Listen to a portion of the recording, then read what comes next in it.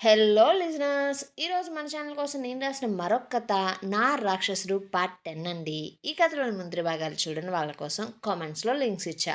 అలాగే ఛానల్‌లో ప్లేలిస్ట్ కూడా ఉంది. కొంచెం సబ్స్క్రైబ్ చేసుకొని చూస్తూ కథ నచ్చినట్లయితే ఓ చిన్ని లైక్ చేసి కథ ఎలా ఉందో ఓ బుల్లి కామెంట్ చేసి కుసంత ఎంకరేజ్ చేస్తే చూడండబ్బా! మరింక మనం కథలోకి వెళ్ళిపోదామా? సూర్య, దామిని ఒకరికొకరు షాపింగ్ మాల్‌లో ఎదురుపడతారు. వారిద్దరూ వారి మాటలతో యుద్ధం చేసుకున్న తరువాత నిత్య వారి యుద్ధాన్ని ఆపి ఒకరికొకరిని పరిచయం చేస్తుంది. అదే సమయంలో వైభవ్ మాల్కి వచ్చి నిత్యను చూసి ఆమెతో మాట్లాడుతూ సూర్యకు చాలా కోపం తెప్పిస్తూ సూర్యను అగౌరవపరుస్తూ మాట్లాడుతుంటే సూర్య కోపంతో వైభవ్ మీద చేయి చేసుకోవడానికి అతని కాలర్ పట్టుకొని కొట్టడానికి చేతిని లేపగా నిత్య సూర్య చేతిని పట్టుకొని సూర్యను ఆపుతూ, సూర్య, ఏం చేస్తున్నావు? అసలు నువ్వు ఎక్కడున్నావో మర్చిపోయావా? లేక నీ స్థాయి, నీ విలువ నీకు గుర్తులేదా? అసలు ఏంటి నువ్వు చేస్తుంది? అంటూ ఉంటే సూర్య కోపంగా ఆమె చేతి నుండి అతని చేతిని విడిపించుకొని, అంటే ఏంటి నిత్య నీ మాటలకు అర్థం? నేను సభ్యత తెలియని వాడిలా కనిపిస్తున్నానా ఏంటి నీకు? అంటూ ఆమెను కోపంతో చూస్తుంటే వైభవ్ ఆ మాటలకు చిన్నపాటి నవ్వును నవ్వుతూ, సూర్య, పెద్దగా చెప్పనవసరం లేదు నువ్వు సభ్యత అనేది తెలియని వాడివని, వేరే వాళ్ళ జీవితాల మీద అధికారాన్ని ప్రదర్శిస్తూ అంటూ ఇంకా సూర్యను ఏదో అనబోతుండగా నిత్య వైభవ్ని చూస్తూ, చూడు వైభవ్, నువ్వు మాత్రం ఎలా ప్రవర్తిస్తున్నావు? తప్పుగానే కదా మాట్లాడుతున్నావు.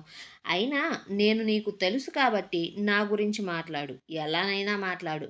అలా కాకుండా ఎందుకు నువ్వు ఇందాకటి నుంచి ప్రతి మాటలో నా భర్తను తీసుకొని వస్తున్నావు? ఎందుకు తనకు కోపం వచ్చేలా ప్రతి మాటను మాట్లాడేస్తున్నావు? అంటుంటే వైభవ్, నిత్య, నువ్వు నాతో ఇలా ఎందుకు అసలు మాట్లాడుతున్నావు? అసలు నీకు సూర్య గురించి ఏం తెలుసు? అంటుంటే నిత్య మాత్రం అతని మాటలను పట్టించుకోకుండా, చూడు వైభవ్, నాకు సూర్య గురించి ఏమీ తెలియదు. నేను ఆ విషయాన్ని కాదు అని కూడా అనను.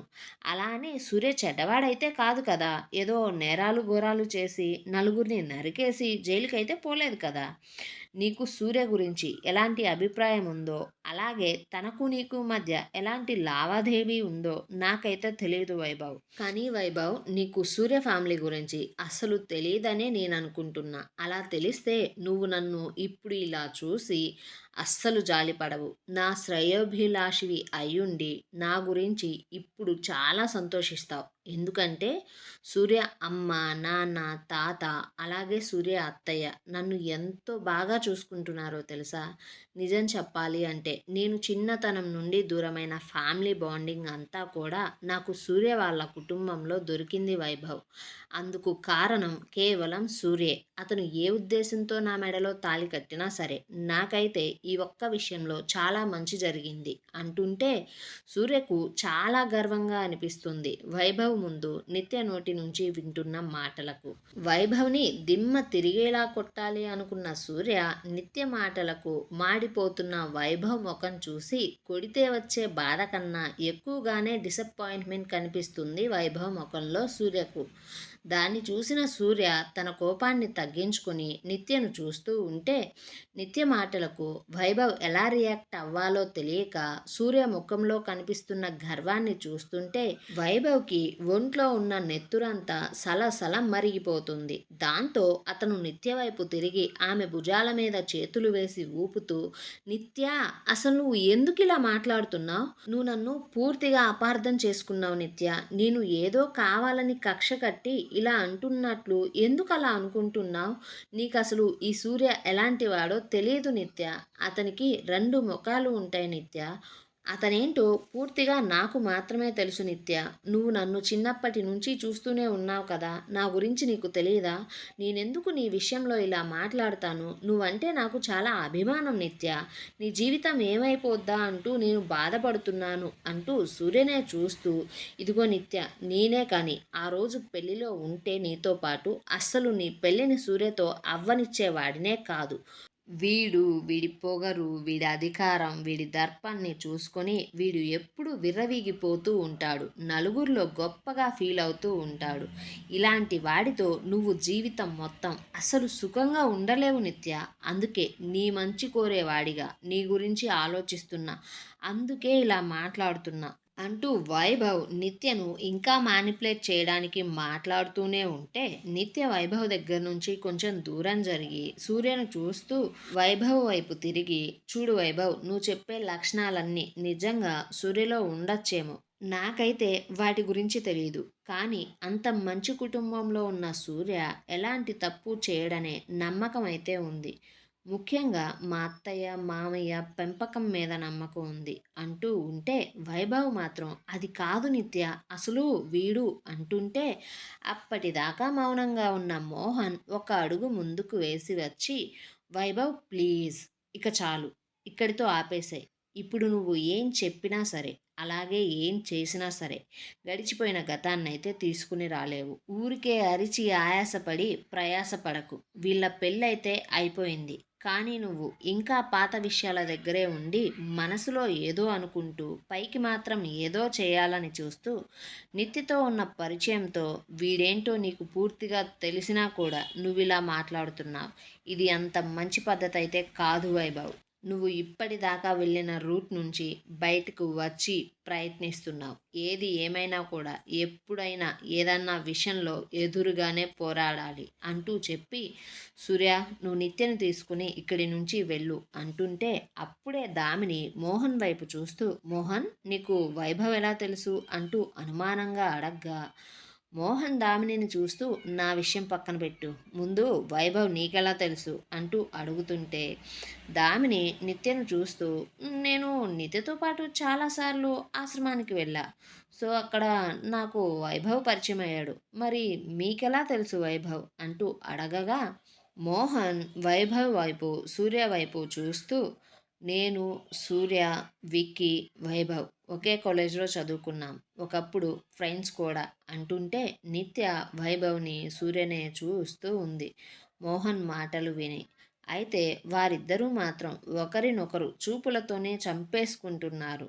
నిత్యకు అది చాలా ఇబ్బందిగా అనిపిస్తుంది మనసుకు. ఎందుకంటే ఒకవైపు ఆమెకు మంచి ఫ్రెండ్ అండ్ వెల్ విషర్, మరోవైపు తాలి కట్టిన భర్త అంటూ నిత్య వారిద్దరి గురించి ఆలోచిస్తూ ఉంటే అప్పుడే సేల్స్ గర్ల్ వచ్చి, మేడం, మీ బట్టలన్నీ ప్యాక్ చేశాం, మరి మీ ఒంటి మీద ఉన్న చీరను మీరు తీసుకుంటున్నారా లేదా అంటే సూర్య, దానికి కూడా కలిపి బిల్ వేయండి అంటూ చెప్పి నిత్యనే చూస్తూ, ఇక వెళ్దామా అంటూ అక్కడి నుంచి ఆమెను తీసుకుని వెళ్ళగా అది చూసిన మోహన్ దామినిని కూడా వెళ్ళమనగా దామిని కూడా వైభవ్కి బాయ్ చెప్పి వారి వెనకనే వెళ్ళిపోతుంటే మోహన్ మాత్రం అక్కడే కోపంతో బుసలు కొడుతూ నుంచుని వెళ్ళిపోతున్న వారిని చూస్తున్న వైభవ్ని చూసి, ఎరా వైభవ్, ఎందుకురా నీకంత కక్ష, వాడంటే వాడు మరీ అంత కాని పని ఏం చేశాడు, ఎందుకు వాడిని ఒక శత్రువులా చూస్తున్నావు, నవ్య నిన్ను ఇష్టపడలేదురా, ఆ విషయాన్ని నువ్వెందుకు గుర్తించట్లేదు,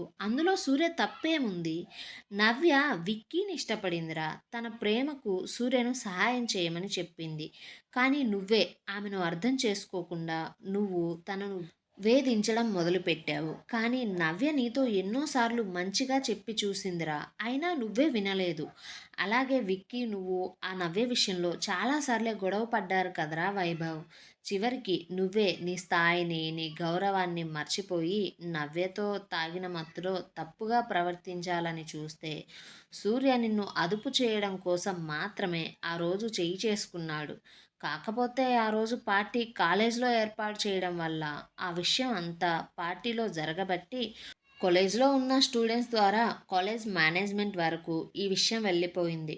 సో వారు నిన్ను కాలేజ్ నుంచి రెస్టిగేట్ చేశారు. అసలు ఇందులో మా తప్పే ఉందిరా, ఎందుకు అప్పటి నుంచి మా నుంచి దూరంగా వెళ్ళిపోయావు, అలాగే మా మీద కక్ష కట్టి మమ్మల్ని అందరినీ శత్రువుల్లా చూస్తున్నావు, ప్రతి విషయంలో వాడితో పోటీ పడుతూనే ఉంటూ వాడిని ఎలా అయినా సరే, ఎక్కడైనా సరే దెబ్బ కొట్టాలనే చూస్తూ ఒక్క నిమిషం కూడా నువ్వు ప్రశాంతంగా గడపకుండా పగతోనే బతుకుతున్నావు, ఎందుకురా చెప్పు వైభవ్ ఇలా మారిపోయావు అంటుంటే వైభవ్, ఆపరా, మాట్లాడుతున్నావు మంచి నీతి వాక్యాలు, అరే మీకు తెలుసు కదరా నేను 10th క్లాస్ నుంచి నవ్యను ప్రేమిస్తున్నానని, కానీ ఆ నవ్య మధ్యలో వచ్చిన వికీ గాడిని ఇష్టపడింది, మీరు కూడా మీతో ఎప్పుడు ఉండే నాకు సహాయం చేయకుండా నవ్యకు వాడి ప్రేమకు సహాయం చేశారు.